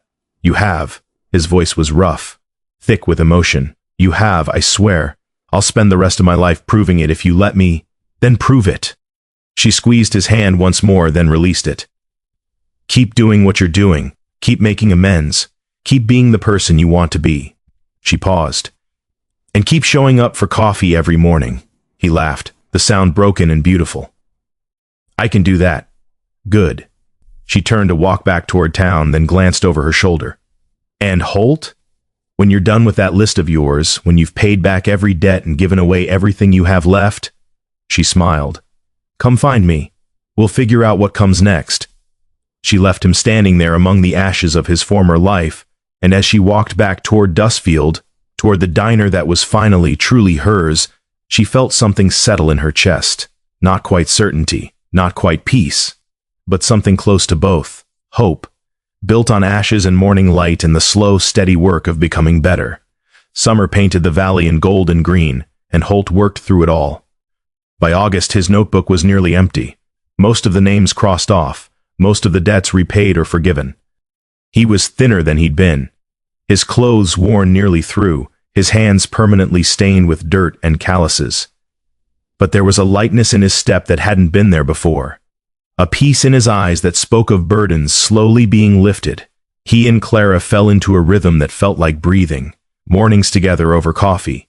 Evenings walking through the meadow near the old oak tree, watching the sun set over hills that had finally healed from drought. They talked about everything and nothing. Their childhoods, their fears, their dreams for futures that were slowly becoming possible. And somewhere in those long summer evenings, walking through knee-high grass with wildflowers brushing their ankles, they fell in love. Not the desperate, consuming kind that burned hot and fast, but the steady, enduring kind that grew from shared values and mutual respect. The kind that made you want to be better, to build something lasting, to face whatever came next together. One evening in late August, as they sat beneath the oak tree watching fireflies dance in the gathering dusk, Holt reached into his pocket and pulled out something small and simple. A ring, made from copper, hammered smooth and polished to a warm glow. Simple, honest, beautiful in its plainness. "I made it myself," he said quietly, holding it up to catch the fading light. "From copper piping I salvaged from the Henderson barn project. It's not gold, not fancy, but it's made from honest work, and I thought—" He stopped, took a breath. "I thought maybe that mattered more than what it's made of." Clara's breath caught, her eyes filling with tears. "Holt, I have nothing to offer you except myself," he continued, his voice steady despite the tremor in his hands. "No money, no property, no grand promises. Just my hands and my heart and my word that I'll spend every day trying to be worthy of you." He met her eyes, and she saw everything there. Vulnerability and hope and fierce, honest love. "Will you marry me, Clara?" The world seemed to hold its breath. The fireflies hung suspended. The wind stilled. "Yes," she whispered, then louder, stronger, certain yes. He slipped the ring onto her finger, and it fit perfectly, warm and solid and right. And when he pulled her close and kissed her, gentle and reverent, Clara felt like everything that had come before, the drought and the struggle, the betrayal and the healing, had been leading to this moment. To love built on ashes and forgiveness, to a future built on shared values instead of shared wealth, to two people who'd found each other in the depths of hunger and loss and chose to build something beautiful from what remained. They were married on the first day of September, beneath the oak tree in the meadow where wildflowers still bloomed. There was no church, no preacher in formal robes, just the traveling minister who happened through once a month. No elaborate decorations, just branches of wildflowers gathered by the town's children and woven into garlands. No expensive dress, just a simple white cotton one that Mrs. Brennan had sewn, with lace from her own wedding gown carefully stitched into the collar. But the whole town came. Mr. Hayes and Patterson stood in the front, holding their hats respectfully. Mrs. Denton wiped tears from her eyes, whispering that she'd never seen a prettier bride. The Hendersons brought their entire family, 3 generations watching with smiles and blessings. Sheriff Callahan served as witness, his normally gruff expression softened with genuine happiness. Even people from neighboring towns came. Farmers Holt had helped, families whose debts he'd repaid, people who'd heard about the Holden heir who'd given up everything to make amends. They came bearing gifts of food and flowers, quilts and tools, small offerings given freely to help the young couple start their life together. Clara stood beneath the oak tree in her simple white dress, wildflowers woven into her dark hair, and watched Holt walk toward her. He wore a plain vest and clean shirt, his face freshly shaven, his eyes bright with emotion. No fine suit, no expensive shoes. Just a man who'd stripped away everything except what mattered, and found it was enough. The minister's words were simple. Traditional vows about love and honor, sickness and health, richer and poorer. They both smiled at that last part, because they were already poor and would likely stay that way. But it didn't matter. Richness, they'd learned, wasn't measured in gold. When the minister pronounced them husband and wife, and Holt kissed her with trembling reverence, the crowd erupted in cheers.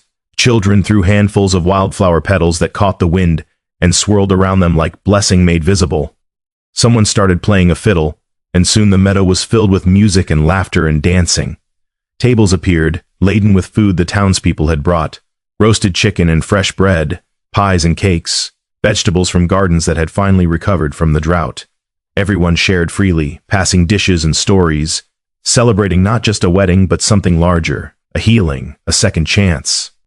Proof that sometimes people could change, that communities could forgive, that love could grow even in the hardest soil. As the sun began to set, painting the sky in shades of amber and rose, Clara and Holt slipped away from the celebration. They walked hand in hand to the edge of the meadow, looking out over the valley that had witnessed their transformation. "You know what I realized today?" Holt said softly, his arm around her waist, holding her close. "What?" "That I'm richer now than I ever was before." He turned to face her, his expression open and honest. "I have you. I have a community that's given me a second chance. I have work that matters and a purpose that fulfills me. I have everything that actually counts. Clara reached up and touched his face, feeling the warmth of his skin, the solidity of him. We have each other, she corrected gently. And everything that comes with that, he agreed, smiling. They stood there as the stars began to appear overhead, one by one, pinpricks of light in the darkening sky. Behind them, the celebration continued. Music and laughter and the sounds of life being lived fully, gratefully, hopefully. And as the moon rose over the valley, Clara leaned her head against Holt's shoulder and felt a peace so complete, it was almost holy. This was what her mother had meant, all those years ago, when she'd read about mercy and blessing, this fullness, this grace, this sense that the universe bent, however slightly, toward those who chose kindness over cruelty, who chose to build instead of break. Thank you, Holt whispered into her hair, for sharing your meal that first night, for seeing me as more than my worst parts, for believing I could be better. Thank you for proving it, Clara whispered back, for becoming the man I saw in you even when you couldn't see it yourself. They stayed there until the party wound down and the guests began to drift home, calling out final congratulations and blessings. And when they finally walked back toward town, toward the diner that would be their home, toward the life they would build together, their shadows stretched long behind them, two figures becoming one in the moonlight. Years later, people would still tell the story. The story of the girl who shared her meal with a stranger and ended up marrying a man who'd given away a fortune to find his soul. They'd tell it to their children and grandchildren, embellishing some parts, softening others, but always keeping the core truth intact. That kindness has power, that mercy matters, that sometimes the richest thing you can give someone is the chance to be more than their worst mistakes. And every time the story was told, someone would add, "You should see them now, working side by side in that little diner, serving food and hope to anyone who walks through the door." Proof that sometimes love isn't about finding someone perfect. It's about finding someone who's willing to do the hard work of becoming better every single day. The story lived on, whispered over coffee in early mornings, shared over meals in the evening, passed down like the most valuable inheritance. And in the meadow where they'd spoken their vows, wildflowers bloomed every spring without fail, gold and purple and red, painting the earth in colors that spoke of renewal and hope and love that grew from ashes. A living monument to the girl who gave half her meal, and the man who gave everything to become worthy of it.